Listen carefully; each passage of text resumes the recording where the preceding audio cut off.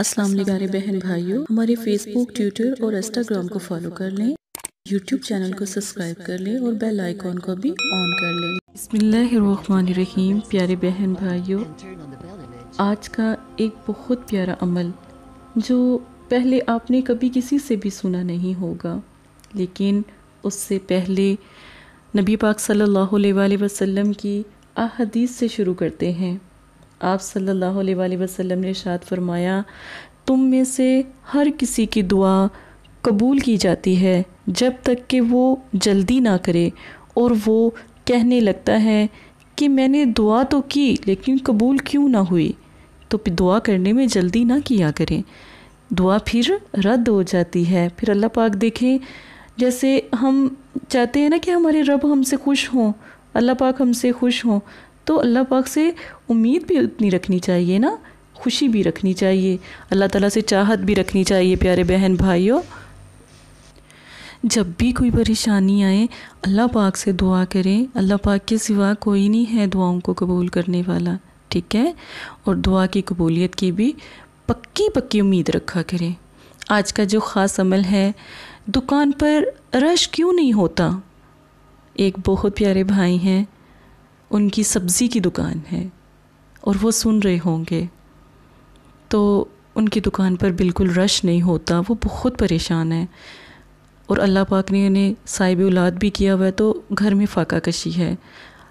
وہ بھائی سن رہے ہیں تو یہ عمل اس بھائی کے لیے ہے۔ پہلے دن ہی انشاءاللہ بے حساب آپ کو رزق ملے گا۔ دکان پہ رش کا ایک خاص طریقہ جو عملیات کا ہے، اس نقش کو بنانا ہے، بنا کر سیدھی بازو پر باندھ لینا ہے۔ نقش بازو پر باندھ لینا ہے۔ سب سے پہلے الف یا ہا واو 786 بسم اللہ، سین را ہا قاف سا جیم، یہ اپنے خانوں میں لکھنے ہیں۔ خانہ یہاں سے پور کرنا شروع کریں، یہاں پر اینڈ کریں، ٹھیک ہے؟ وقت رات کا وقت، نفل 2 حاجات کے، دن کوئی سا بھی ہو، اللہ سے دعا کرنے کے لیے دن کو پکڑ کوئی بھی نہیں ہے۔ دنوں کی پکڑ 9 چندی، چاند، جمعرات، وہ عملیات میں ہوتی ہے زیادہ تر، ٹھیک ہے؟ درود پاک 3 بار، عمل کرنے سے پہلے درود پاک 3 بار، اول آخر درود شریف۔ نماز پابندی ہے، عمل کی تعداد 3 بار ہے، 3 بار، ٹھیک ہے؟ لائیو ویڈیو 8 بجے ملے گی آپ کو اسی طرح کے پیارے عمل کی، جس میں عملیات بھی سکھائی جا رہی ہیں، ٹھیک ہے؟ پری موکل کے عمل بھی بتائے جا رہے ہیں، اور ساتھ میں رزق کے، آپ کے پیاروں کے، اور جادو اور بندش کے بارے میں بھی سمجھایا جا رہا ہے۔ آج میں ایک خاص طریقہ آپ کو سمجھاؤں گی، 2 نفل پڑھنے عمل کے بعد، اور نفل پڑھنے کے بعد آپ نے سورہ کوثر کو 3 مرتبہ پڑھنا ہے۔ نفل عام نفلوں کی طرح ہی، حاجت کے نفل پڑھیں گے، نیت عام نفل کی طرح ہی ہوگی۔ سورہ کوثر کو 3 مرتبہ، اول آخر 3 مرتبہ درود شریف کے ساتھ، سورہ اخلاص کو 3 مرتبہ، پہلے درود شریف 3 مرتبہ، پھر سورہ کوثر 3 مرتبہ، سورہ اخلاص 3 مرتبہ، اور نیت کیا رکھنی؟ رزق، دولت، مال کی اللہ پاک سے مانگیں۔ پھر 3 مرتبہ درود شریف پڑھیں۔ درود شریف پڑھنے کے بعد 3 سجدے کریں۔ پہلے سجدے میں اللہ سے رزق مانگیں، دوسرے سجدے میں اللہ پاک سے دعا کریں۔ اگر کوئی بیماری پریشانی ہے، رش نہیں ہے دکان پر، اور بہت پریشان ہے، پیسہ فاقہ گھر میں ہے، تو اللہ سے دوسرے سجدے میں دعا کریں۔ تیسرے سجدے میں اللہ پاک سے یہ دعا کریں، یا اللہ تیرے سوا کوئی نہیں دینے والا، تیرے سوا کوئی بھی ہمیں جو ہے کوئی ہمیں رزق دے، تو اپنے رب سے دعا کریں۔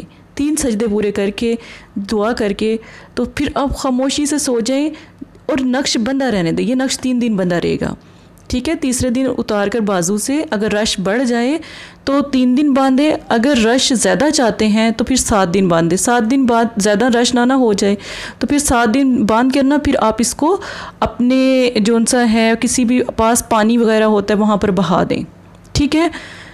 یہ خاص طریقہ ہے عمل کا جو آپ کے لیے بہت اعلیٰ ہے۔ آپ کے گھروں میں پریشانیاں ختم ہو جائیں گی۔ دکان پر رش، دکان پر بندش کیسے لگتی ہے؟ جب کسی کا پاؤں سخت ہو، بھاری ہو تو وہ بندش لگا دیتا ہے، تو یہ نقش اپنے پاس رکھیں، کبھی بندش نہیں لگے گی۔ اسی کے ساتھ اجازت دیں، اپنا خیال رکھیے گا۔ جزاک اللہ خیرہ۔ السلام علیکم پیارے بہن بھائیوں، اگر آپ استخارہ یا روحانی علاج کروانا چاہتے ہیں یا عمل کروانا چاہتے ہیں یا عملیات سیکھنا چاہتے ہیں تو ہمارے فیس بک پر آ کر آپ فیس بک کو فالو کر سکتے ہیں اور یوٹیوب چینل کو سبسکرائب کر کے وہاں پر ہم سے بات کر سکتے ہیں۔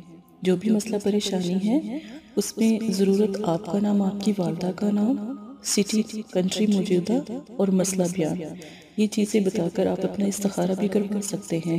جزاک اللہ۔ اور اگر آپ نے استخارہ کروانا ہے تبھی رابطہ کریں، اگر استخارہ نہیں کروانا تو یہ دین ہے، یہ کوئی فن یا انٹرٹینمنٹ نہیں ہے۔ اپنا بھی ٹائم ضائع نہ کریں اور مدرسے والوں کا بھی ٹائم نہ ضائع کریں۔ آپ کی وجہ سے بہت سے ایسے لوگ جو پریشان حال گھروں میں ہیں ان کی بھی بات پھر نہیں سنی جا سکتی۔ جزاک اللہ۔